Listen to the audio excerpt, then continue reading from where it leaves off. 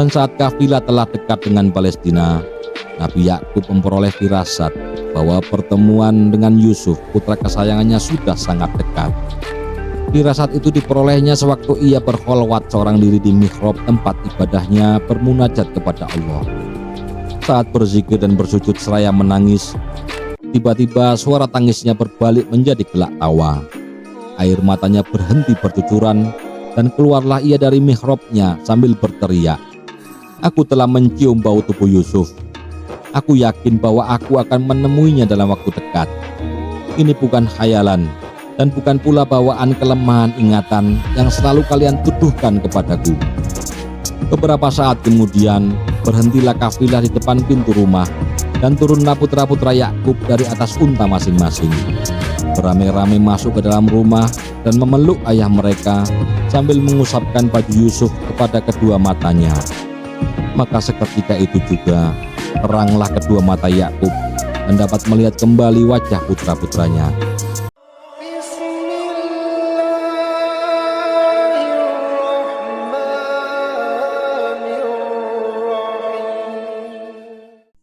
Assalamualaikum warahmatullahi wabarakatuh. Allahumma sholli ala sayyidina Muhammad wa ala ali sayyidina Muhammad. Sahabat beriman, tonton sampai habis. Semoga Allah Subhanahu wa Ta'ala semakin memahamkan kita tentang Islam melalui kisah ini sebagai bukti cintanya. Pertemuan kembali keluarga Nabi Yakub. Sejak kembalinya kafilah putra-putranya dari Mesir tanpa Benyamin dan Yehuda, maka duka nestapa dan kesedihan Yakub makin mendalam dan menyayat hati. Ia tidak dapat tidur mengingat ketiga putranya yang tidak tentu nasib rimbanya. Ia hanya merasa terhibur saat sedang beribadah kepada Allah, melakukan sholat dan bersujud memohon kepada Allah agar diberi kesabaran dan keteguhan iman menghadapi ujian dan cobaan yang ia alami. Saat berkholwat seorang diri, ia menangis bercucuran air mata sebebas-bebasnya untuk melegakan dadanya yang sesak. Fisik Nabi Yakub makin hari makin menjadi lemah. Tubuhnya makin kurus hingga tinggal kulit melekat pada tulang. Ditambah pula dengan kebutaan matanya yang menjadi semakin putih. Putra-putranya pun menjadi khawatir dengan keadaan ayahnya. Mereka menegurnya dengan mengatakan, "Wahai ayah, ayah adalah seorang nabi dan utusan Allah yang darinya wahyu diturunkan kepadamu, sehingga kami mendapatkan tuntunan ajaran beriman. Sampai kapan ayah akan bersedih dan menangisi Yusuf dan Benyamin? Saat ini ayah hanya tinggal kulit dan tulang, serta mata ayah menjadi buta. Kami sangat khawatir bahwa ayah akan menjadi binasa jika tidak segera sadar dan berhenti mengingat Yusuf dan Benyamin."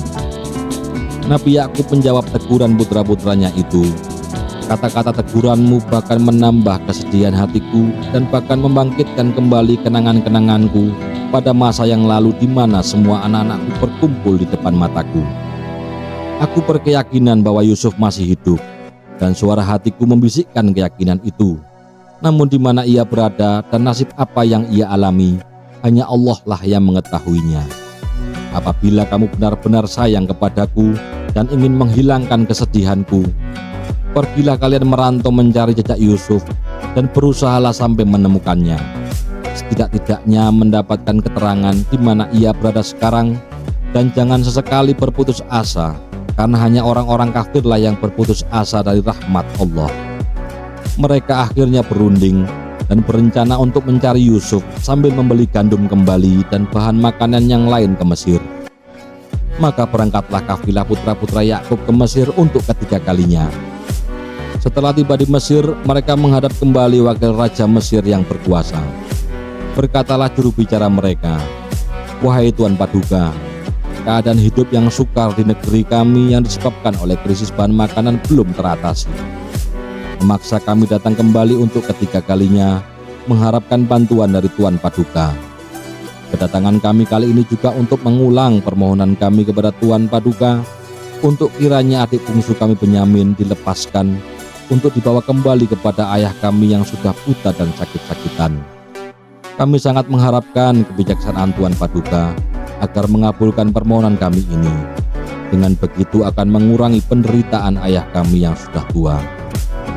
Kata-kata yang diucapkan oleh semua saudaranya itu menimbulkan rasa haru pada diri Nabi Yusuf, menjadikan ia merasa bahwa saatnya telah tiba untuk mengenalkan dirinya kepada seluruh saudaranya, sehingga dengan demikian akan dapat mengakhiri penderitaan ayahnya yang malang itu. Berucaplah Yusuf kepada semua saudaranya secara mengejek, "Masih ingatkah kalian apa yang telah kalian lakukan terhadap adikmu Yusuf? Tatkala memperturutkan hawa nafsu melemparkannya ke dalam sumur di suatu tempat yang terpencil. Dan masih ingatkah oleh kalian tatkala salah seorang darimu memegang Yusuf dengan tangannya yang kuat, menanggalkan pakaian dari tubuhnya, lalu dalam keadaan telanjang ditinggalkannya lah ia seorang diri di dalam sumur yang gelap dan kering lembab itu. Lalu tanpa menghiraukan jerit tangisnya, kalian kembali pulang ke rumah dengan rasa puas, seakan-akan kalian telah membuang sebuah benda atau seekor binatang yang tidak patut dikasihani dan dihiraukan nasibnya." Mendengar kata-kata yang diucapkan oleh wakil Raja Mesir itu, tercenganglah para saudara Yusuf dan bertanya-tanya bagaimana peristiwa itu sampai diketahui secara terperinci oleh penguasa tersebut. Padahal tidak seorang pun dari mereka pernah membocorkan peristiwa itu kepada orang lain, termasuk kepada Benyamin. Kemudian masing-masing dari mereka melihat dengan seksama kepada penguasa Mesir itu dari ujung kepala sampai ke ujung kaki. Dicarinya ciri-ciri khas yang mereka ketahui pada tubuh Yusuf semasa kecilnya. Lalu berbisik-bisiklah mereka, dan sesaat kemudian keluarlah dari mulut mereka secara serentak suara teriakan, "Engkau adalah Yusuf." Nabi Yusuf menjawab, "Benar, akulah Yusuf. Allah dengan rahmatnya telah mengakhiri segala penderitaanku dan segala ujian berat yang telah aku alami. Dan dengan rahmatnya pula aku telah diberi nikmat rezeki yang berlimpah dan kehidupan yang bahagia.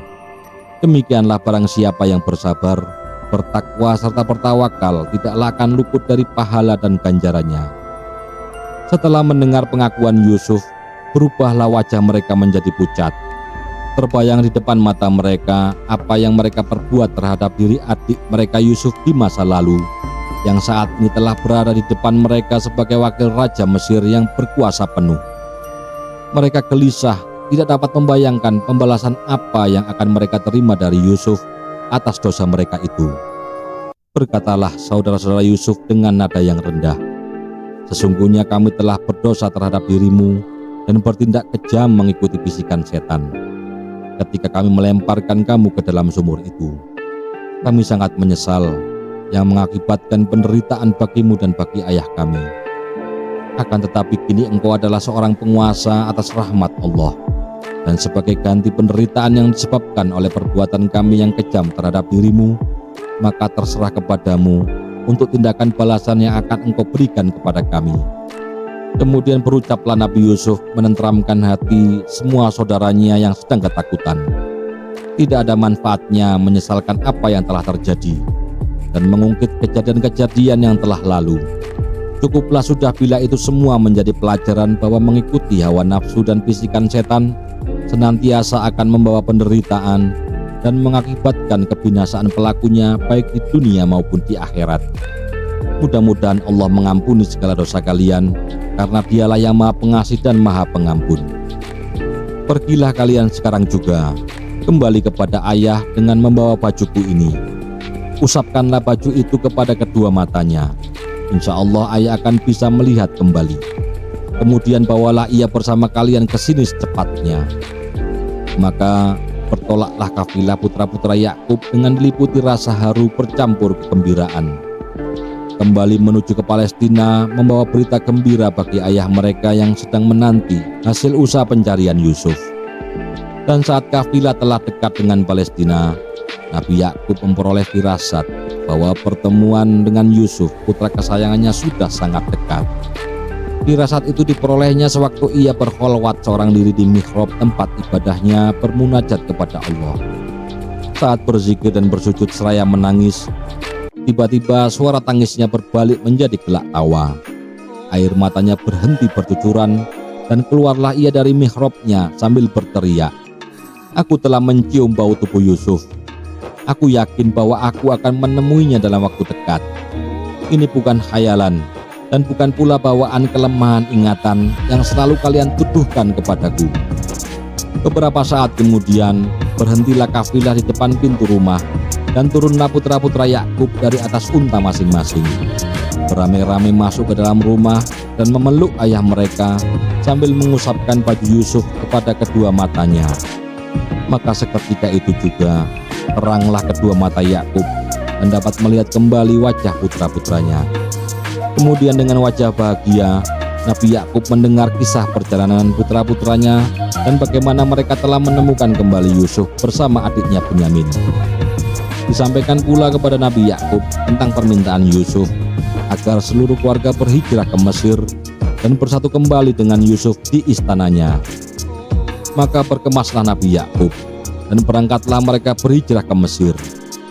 Saat Nabi Yakub tiba di istana, berlarilah Nabi Yusuf memeluk ayahnya sambil berlinang air mata, melepaskan kerinduan yang selama ini ia tahan. Ayahnya yang sangat ia cintai telah tua dan lemah atas kesedihan memikirkan dirinya yang hilang. Demikian pula Nabi Yakub menangis haru, namun kali ini adalah air mata kerinduan dan kebahagiaan. Nabi Yakub dan seluruh keluarganya bersujud sebagai tanda syukur kepada Allah serta penghormatan untuk Nabi Yusuf yang saat itu adalah penguasa Mesir.